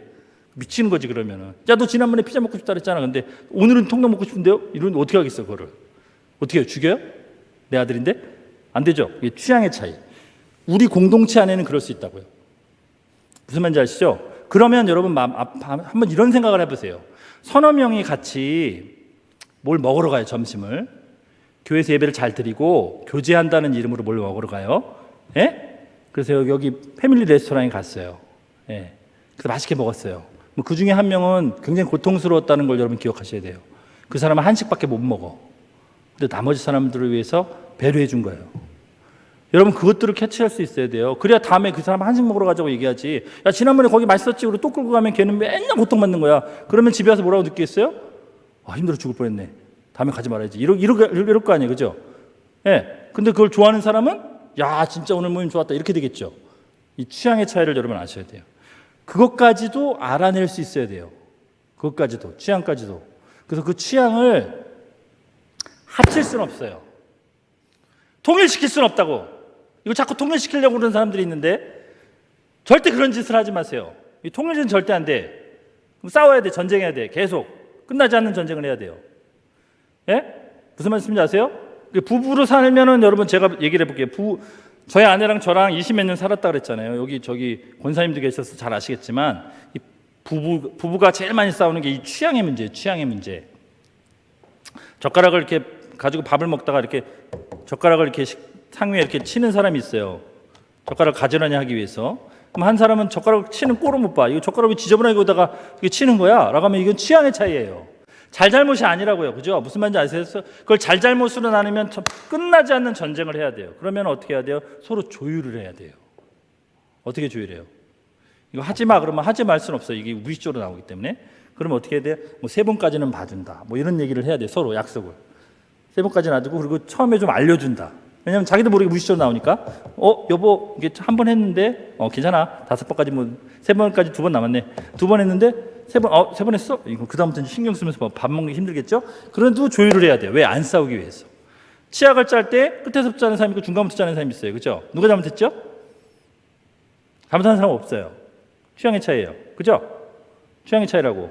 저희 아내랑 저랑 차이가 큰 게 뭐냐면 저는 집에 가면 무조건 양말을 벗어요. 양말을 안 벗으면 쉬는 게 아니에요. 근데 우리 아내는 양말을 신고도 자요. 무슨 말인지 아시죠? 근데 제가 양말을 벗어서 끼니까 어느 날 뭐 이렇게 양말을 벗냐고 그래요. 곧 나갈 건데. 그럼 어떻게 돼요? 또 싸우죠. 그죠? 왜? 나를 모르니까.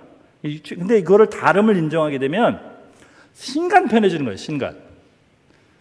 서로 다름을 인정하면. 그리고 조율할 수 있는 점을 찾을 수 있게 돼요. 교회 공동체에서는 반드시 여러분 그 작업을 하셔야 돼요. 여러분과 제가 살아가는 삶은 그렇게 날마다 대단한 일이 벌어지지 않아요. 여기 방금 전에 찬양팀도 분명히 소소한 감정들이 왔다 갔다 했을 거예요. 이 사소한 것들을 여러분 이야기하고 서로 조율하고 배려하셔야 돼요. 왜냐하면 사소한 것이 모여서 일상이 되기 때문에 그래요.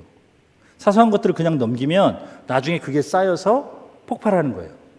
그러면 사소한 일로 엄청나게 폭발하니까 뭐라 그러냐면 쟤 왜 저래? 이렇게 되는 거예요. 왜냐하면 그동안의 일을 다 설명할 수가 없어요. 다 잊어먹었어. 뭐만 남았어? 감정만 남았어요. 무슨 말인지 아시죠?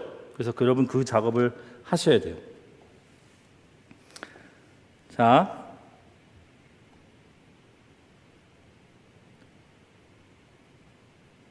마지막으로 이제 이 얘기만 하나 하고 마칠 건데, 취향하고 감정의 차이를 여러분 아셔야 돼요.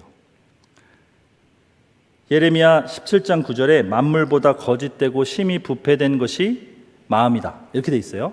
만물보다 심히 거짓되고 부패된 것이 마음에서 일어나는 게 감정이에요. 근데 여러분 이거 잘 들으세요. 굉장히 이제부터는 잘 들으세요. 자면 안 돼. 자, 잘 들으세요. 집에 가서 이상한 소리 하지 마시고. 자, 잠언서 4장 30절 그래서 지킬 만한 것보다 물은 내 마음을 지켜라. 왜냐하면 생명의 근원이 이에서 납니다. 그럼 아까는 만물보다 심히 부패된 것이 마음이라 그래놓고 지금은 그 마음에서 뭐가 나온대요? 생명의 근원이 나온대. 이게 뭔 얘기야? 그랬더니 로마서 10장 9절 10절에 뭐냐면 내가 만약 내 입으로 예수를 주로 시인하고 내 마음에 믿으면 구원을 얻는 거야. 마음으로 믿어야 구원을 얻는데, 그렇죠? 생명의 근원이 나오는 거야. 근데 마음은 어떻다고요? 심히 부패됐다고요. 자, 그러면 이거를 잘 알아들어야 돼요. 여러분 안에 감정이 올라와요. 감정. 좋아하는 감정도 올라오고 싫어하는 감정도 올라오고 막 짜증나는 감정도 올라오고 우울한 감정도 올라오고 그렇죠. 대부분의 감정은 가짜예요. 부패된. 잘 보시면 가짜가 많아요. 왜냐하면 사단이 우리를 건드려서 넘어뜨리려고 하는 것들 중에 사단이 여러분 여기 나타나서 갑자기 여러분을 공포스럽게 한 적 있나요? 없죠. 사단 만나신 분 있어요? 없죠. 사단의 소리를 들어보신 적 있어요? 없죠. 어디서 들려요? 이 감정에서 들려요. 감정에서. 갑자기 마음이 상해. 얘기하다가 어떤 단어나 특정한 뉘앙스에 내 마음이 상해. 감정이 확 올라와. 분노의 감정이. 에? 근데 이건 내 제대로 된 감정이 아니에요. 오해에서 비롯된 감정일 수가 많아요. 누가 하는 거냐면 거짓된 것이 하는 거예요. 여러분 감정을 자꾸 따라가면 안 돼요. 감정 따라가면 이 감정 문제 때문에 굉장히 고민하신 분이 하나 있어요. 미국의 큰 영적 대각성을 일으켰던 조나단 에드워드라는 아주 굉장히 유명한 분이 있는데 이분이 얼마나 유명한 분이냐면 마틴 로이드 존스라는 대단하신 그 설교가가 계셔요. 그분한테 우리가 어떻게 하면 당신처럼 이렇게 할 수 있겠습니까? 그러니까 조나단 에드워드를 읽으십시오. 그런 거예요. 조나단 에드워드가 쓴 책들이 많은데 그걸 읽으란 얘기예요. 그분한테 도움을 받아라. 그래서 그럼 두 번째로 하신 말씀 뭡니까? 조나단 에드워드를 읽으십시오. 세 번째는 뭡니까? 조나단 에드워드 이렇게 얘기할 정도로 그분도 영향력을 많이 받은 그분인데 그분이 무슨 책을 냈냐면 신앙 감정론이라는 책을 냈어요. 왜 그러냐면 미국의 큰 영적 각성 부흥회가 일어나는데 사람들이 막 회개하고 막 삶이 변화되고 막 난리가 났는데 거기에 가짜 감정이 있는 걸 발견한 거예요. 가짜 감정. 성령의 충만함을 입어서 막 변화되고 회개하고 막 좋아서 막 난리치는 그 가운데에 가짜들이 섞여 있는 걸 발견한 거예요. 똑같아. 모습은 똑같다고요. 막 흥분하고 막 기뻐하고 막 울고 막 다 똑같은데 전혀 성령의 역사가 아니야. 그래서 여러분 그 감정을 잘 보셔야 돼요. 평생의 숙제고 훈련이에요. 저도 그걸 자주 봐요. 옛날에 젊었을 때는 그래서 꼭 주일날 찬양 인도하러 가기 전에는 이 감정이 상해요. 찬양을 못 하겠어. 그리고 찬양을 교회를 안 가고 막 그랬어요. 제가 그때는 잘 몰라가지고. 네? 왜냐하면 이 상한 감정으로 어떻게 하나님께 찬양을 드리냐고. 첫 곡이 기쁘다 구주오셨는데 이게 미치겠는데 난 슬퍼 죽겠는데 슬프라 구주오셨는데 할 수도 없고, 그죠? 어떻게? 그래서 안 갔어요 그때는. 근데 나중에 알았어요 이게 가짜라는 거예요. 그래가지고 여기는 썩어 문드러졌는데 가서 웃으면서 기쁘다 주님 막 그러고 하는데 이게 풀려버리는 거야 그냥. 그 30분 만에. 그래서 내가 알았어요 그때. 아 진짜구나. 하나님 말씀이 진짜구나. 이게 사단이 나로 하여금 마땅히 서야 될 그 자리, 나로 하여금 사랑과 기쁨과 감사가 넘치는 그 자리에 가지 못하도록 내 감정을 가지고 자꾸 장난하는구나 라는 걸 그때 알았어요. 그래서 여러분 훈련이 필요해요. 훈련된 사람은 감정에 좌지우지 되지 않아요. 자기가 마땅히 해야 될 것을 해요. 하다 보면 감정이 없어져요. 그걸 잘 아셔야 돼요. 그래서 여러분 기준이 있어야 돼요. 기준 첫째는 뭐냐면 하나님 말씀이에요. 그래서 말씀을 잘 아셔야 돼요. 두 번째는 관계예요. 관계. 나의 이 감정이, 나에게서 올라오는 이 감정이 과연 우리들의 관계, 내 개인적인 관계, 가족과의 관계, 공동체의 관계에 정말 유익한가라는 걸 들여다보셔야 돼요. 그렇지 않으면 거짓일 경우가 많아요. 왜냐하면 우리는 인격적 존재이니까요. 여러분 감정은 전염되는 거 아셔요? 예? 내가 막 화가 나는데 아무 말도 안 해도 옆에 있는 사람이 알죠? 예. 굉장히 우리 영적 존재니까. 그래서 여러분들이 청년들이니까 드리는 말씀이에요. 여러분들 계속 하나님 앞에 질문하시고 고민하시고 신앙생활 하셨으면 좋겠어요. 하나님께서 우리에게 이성의 능력을 주셨어요. 정말 말씀이 그러한가 상고하고 정말 그러한가 연구하고 하나님 앞에서 고민할 때 여러분에게 하나님께서 하나하나 깨달음을 주시고 여러분을 성장시켜 주실 것이에요. 그게 청년 공동체예요. 예? 청년 공동체가 한 명 한 명이 그런 반응으로 하나님께 나아가면 여러분 안에 놀라운 일들이 벌어져요. 여러분 청년들을 변화시킬 수 있는 분이 목사 한 사람이 아니에요. 여러분 각자가 그런 훈련을 받으면서 각자 그런 시간을, 각자 그런 경험을, 각자 그런 믿음의 반응들을 하나님께 보이며 나아갈 때 여러분 우리 청년들 안에 놀라운 흥미로움이 있는 거예요. 예? 제가 이거 특강하기 전에 어떤 청년을 만났는데, 여러분들 잘 아는 어떤 청년을 만났는데 제가 물어봤어요. 그 전에 있던 교회는 어떻더냐? 청년부에 가는 게 너무 좋았습니다. 왜? 흥미진진했습니다. 가고 싶었습니다. 우리 교회는 왜 안 그래요? 우리 교회도 그래요? 그럼 잘하는 거예요. 안 그래요? 왜 안 그래요? 여러분 각자가 그렇지 않기 때문에 그래요. 여러분 각자가 하나님 앞에 나와서 내가 청년으로서 반응하고 깨달아가고 변화되고 도전하는 것들이 너무 행복해야 여기 자꾸 모이죠. 그냥 모여서 밥 먹으러 가고 끼리끼리 모여서 수다 떨고 뭉쳐있고 이런 것이 청년이 아니라고요. 청년이. 여러분 도전하고 말씀에 대해서 상고하고 변화되어서 여러분 안에 진짜 풍성한 관계가 일어나고 다름을 인정해서 세상에서는 그 편안함을 느끼지 못했는데 나 우리 교회 가게만 하면, 우리 청년부에 가게만 하면 내가 너무 편안하다. 내가 안에 있는 말을 아무나 말이라도 다 꺼내내도 이 사람들은 다 받아주고 나를 위로해주고 용납해주고 용기를 준다. 이런 말이 여러분 안에 튀어나올 수 있어야 돼요. 그게 교회 공동체예요. 그래서 교회 공동체는 힘이 있는 거예요. 그런 여러분 되시기를 주님의 이름으로 축복합니다. 우리 잠깐 기도하겠습니다. 하나님 아버지, 우리는 믿음으로 살아가는 자들입니다. 내 안에 있던 어떤 것으로부터 시작된 것이 아니라 하나님께서 우리에게 주신 이 인격적 관계로부터 시작된 믿음입니다. 하나님, 이 믿음을 통하여서 우리가 날마다 반응하고 훈련하고 배우고 노력하면서 성장하는 청년부 되기를 축복합니다. 하나님이 사랑하는 지체들을 기억하여 주십시오. 많은 사람들이 헬조선이라고 욕하고 많은 사람들이 위축되어지고 수많은 청년 실업 가운데 낙심하고 절망하며 아예 도전할 가치도 느끼지 못하는 이 세상 한복판에서, 이 어두운 세상 가운데서 나는 청년이다, 나는 그리스도인이다, 깃발을 높이 들고 하루하루의 삶을 성실히 살아갈 수 있는 그런 청년들 되어줄 수 있도록 주님 축복하여 주옵소서. 예수님의 이름으로 기도합니다. 아멘. 우리 찬양